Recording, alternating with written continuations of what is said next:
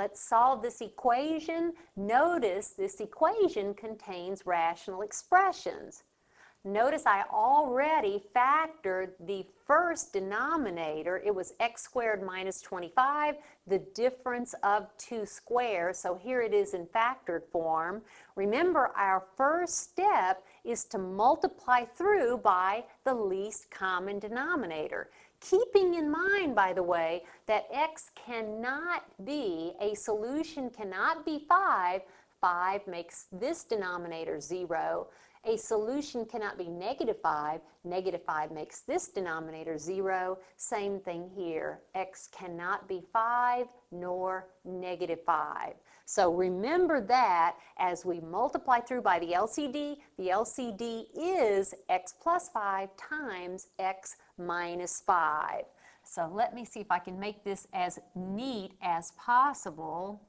But it is x plus 5 times x minus 5 times this rational expression, 10 over x plus 5 times x minus 5. Now I may end up going around on the second or the next line, but don't let that confuse you. And by the way, there should not be equal signs there. I'm working with my equation. My equal signs go right here. Next, same thing, x plus 5 times x minus 5. Now that will be times what? Times this term, 3 over x plus 5. And then we'll continue on so it doesn't get too wide, plus, again, x plus 5 times x minus 5 times the last term, 1 over x minus 5. On your paper, you may want to write it straight across so it doesn't get confusing to you. But now notice how nice it gets once we simplify. That divides out. That divides out. We are removing factors of 1, and I have just 10. And that is very, very nice, is equal to, and then watch what happens.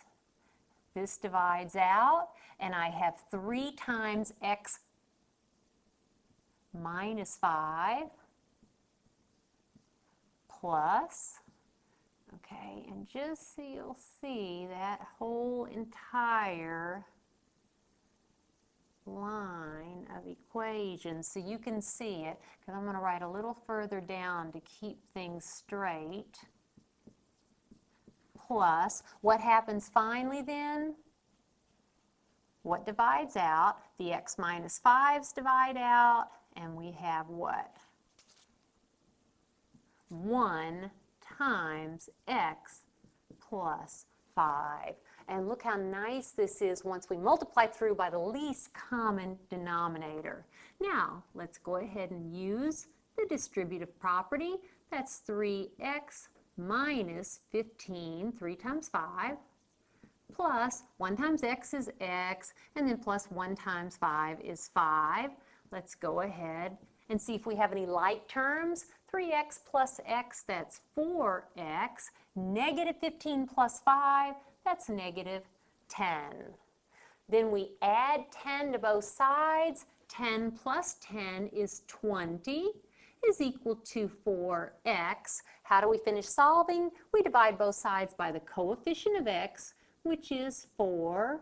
And it looks like our proposed solution is 5. Now, why is this in fact not a solution? Remember, let's go back up to our original equation, and we talked about the fact that x cannot be 5 because look at your rational expression here. If x is 5, you have 1 over 5 minus 5.